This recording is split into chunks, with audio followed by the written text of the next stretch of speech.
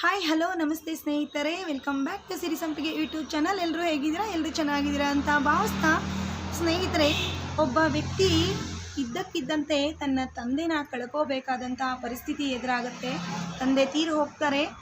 ಮನೆ ಕೂಡ ಪುಟ್ಟ ಮನೆ ಕಟ್ಟಬೇಕಾಗಿರುತ್ತೆ. ಆ ಮದುವೆಗೆ ತಯಾರಾಗಿ ಕೂತಿರುವಂತಹ ಒಬ್ಬ ಅಕ್ಕ ಕೂಡ ಇರ್ತಾಳೆ. ಅಕ್ಕನಿಗೆ ಮದುವೆ ಮಾಡಬೇಕಾಗಿರುತ್ತೆ. ಆದರೆ ಈ ವ್ಯಕ್ತಿ ಸುಮಾರಷ್ಟು ಕಂಪನಿಗಳಲ್ಲಿ ಕೆಲಸಕ್ಕೆ ಟ್ರೈ ಮಾಡ್ತಾನೆ. ಕೆಲಸ ಎಲ್ಲೂ ಕೂಡ ಸಿಗೋದಿಲ್ಲ.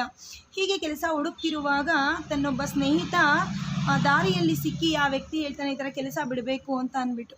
ಆಗ ಈ ವ್ಯಕ್ತಿ ತನ್ನ ಒಂದು ಕಷ್ಟಗಳನ್ನು ಹೇಳ್ಕೊಂಡಾಗ ಆ ವ್ಯಕ್ತಿ ಏನು ಮಾಡ್ತಾನೆ ಅಂದರೆ, ತನ್ನ ಒಂದು ಕೆಲಸವನ್ನು ಈ ವ್ಯಕ್ತಿಗೆ ಆ ಕಂಪ್ನಿಯಲ್ಲಿ ಮಾತಾಡಿ ಕೊಡಿಸಿರ್ತಾನೆ.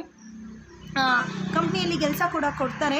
ಈ ವ್ಯಕ್ತಿ ಕೂಡ ತುಂಬ ಚೆನ್ನಾಗಿ ಕೆಲಸವನ್ನು ನಿಭಾಯಿಸ್ಕೊಂಡು ಹೋಗ್ತಾ 1-2 ತಿಂಗಳುಗಳು 3 ತಿಂಗಳು ಹೀಗೆ ದುಡಿತಾ 1-2 ವರ್ಷ ಕಳೆತಿದ್ದ ಹಾಗೆ ಒಂದು ಪುಟ್ಟದಾಗಿ ಸೊಗಸಾಗಿರುವಂತಹ ಮನೆ ಕೂಡ ಕಟ್ಕೊಳ್ತಾನೆ.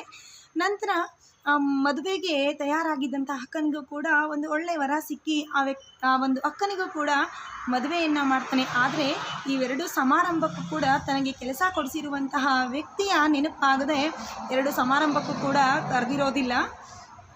ಹೀಗೆ ಸುಮಾರು ವರ್ಷಗಳು ಉರುಳ್ತಾ ತುಂಬ ಚೆನ್ನಾಗಿ ನಡೀತಿದ್ದಂತಹ ಕೆಲಸದಲ್ಲಿ ಯಾರೋ ಮತ್ತೊಬ್ಬರ ಪಿತೂರಿಯಿಂದ ಈ ವ್ಯಕ್ತಿಯನ್ನು ಕೆಲಸದಿಂದ ತೆಗಿಬೇಕಾದಂತಹ ಪ್ರಸಂಗ ಎದುರಾಗುತ್ತೆ. ಆಗ ಆ ವ್ಯಕ್ತಿಯನ್ನು ಕೆಲಸದಿಂದ ತೆಗಿತಾರೆ. ಒಂದಷ್ಟು ತಿಂಗಳುಗಳ ಕಾಲ ಮನೇಲಿ ಇರಬೇಕು ಅಂತ ಹೇಳ್ತಾರೆ. ಆಗ ಈ ವ್ಯಕ್ತಿ ಸುಮ್ಮನೆ ಮನೇಲಿ ಕುಳಿತಿದ್ದಾಗ ತುಂಬ ಬೇಜಾರಾಗುತ್ತೆ. ಎಲ್ಲರಿಗೂ ಕೂಡ ಒಂದು ಕೈಯಲ್ಲಿದ್ದಂತಹ ಕೆಲಸ ಕಳ್ಕೊಂಡಾಗ ತುಂಬಾ ಬೇಜಾರಾಗುತ್ತೆ. ಏನು ಮಾಡಬೇಕು ಅಂತ ಕೂಡ ತೋಚೋದಿಲ್ಲ.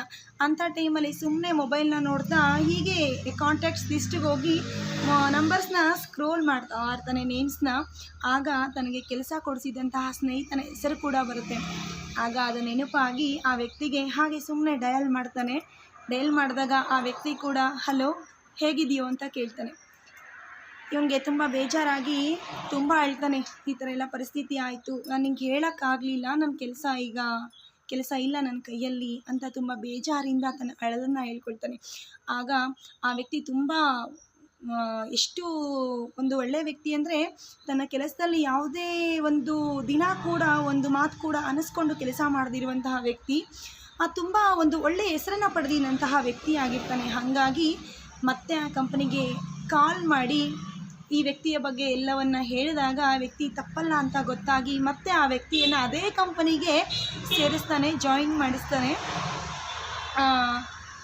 ಆಗ ಇವನಿಗೆ ಒಂದು ಸರಿ ನೋವಾಗುತ್ತೆ. ನೋಡು, ನನಗೆ ಕೆಲಸ ಕೊಡಿಸ್ದ, ಆದರೆ ನನ್ನ 2 ಸಮಾರಂಭಗಳಿಗೂ ಖುಷಿಯಾದಂತಹ ವಿಚಾರಗಳಿಗೆ ನಾನು ಅವನ್ನ ಕರೀಲಿಲ್ಲ. ಆದರೆ ಮತ್ತೆ ನನ್ನ ಕೆಲಸ ಕಳ್ಕೊಂಡಾಗ, ನನ್ನ ಕೈಯಲ್ಲಿ ಕೆಲಸ ಇಲ್ಲದೆ ಇದ್ದಾಗ ಮತ್ತೆ ಮಾತಾಡಬೇಕು ಅನಿಸಿ ಮಾತಾಡಿದಾಗ ನನಗೆ ಮತ್ತೆ ಕೆಲಸವನ್ನು ಕೊಡಿಸ್ದ ಅಂತ ತುಂಬ ಖುಷಿಯಾಗಿ ಕಣ್ಣಲ್ಲಿ ನೀರು ಬರುತ್ತೆ. ಅದನ್ನು ಒಂದು ನಗುವಿನ ಕಣ್ಣೀರು ಅಂತ ಕರೀತಾರೆ, ಆನಂದ ಬಾಷ್ಪ ಅಂತ ಕರೀತಾರೆ. ತುಂಬ ನೋವಾಗುತ್ತೆ. ಮತ್ತು ಇಬ್ಬರು ಕೂಡ ಖುಷಿಯಾಗಿ ನಗ್ನಗ್ತಾ ಇರ್ತಾರೆ. ಇದಕ್ಕೆ ಅಲ್ವೇ ಹೇಳೋದು, ನಗ್ನಗ್ತಾ ಇದ್ದಾಗ, ಖುಷಿಯಾಗಿದ್ದಾಗ ಚಪ್ಪಾಳೆ ತಟ್ಟುವಂತಹ 10 ಬೆರಳಿಗಿಂತ ನೋವಾದಾಗ ಮತ್ತು ನಮ್ಮ ಕಣ್ಣಲ್ಲಿ ಕಣ್ಣೀರು ಬರುವಾಗ ಆ ಕಣ್ಣೀರನ್ನು ಒರೆಸುವಂತಹ ಒಂದೇ ಒಂದು ಬೆರಳು ತುಂಬ ಮುಖ್ಯ ಅಂತ. ಏನಂತೀರಾ? ಇಷ್ಟ ಆಯಿತು ಅಂತ ಅಂದ್ಕೋತೀನಿ. ಈ ಒಂದು ಕತೆ ನಿಮ್ಗೆ ಇಷ್ಟ ಆಗಿದರೆ ಪ್ಲೀಸ್ ಲೈಕ್ ಮಾಡಿ, ಶೇರ್ ಮಾಡಿ, ಸಬ್ಸ್ಕ್ರೈಬ್ ಮಾಡಿ. Thank you.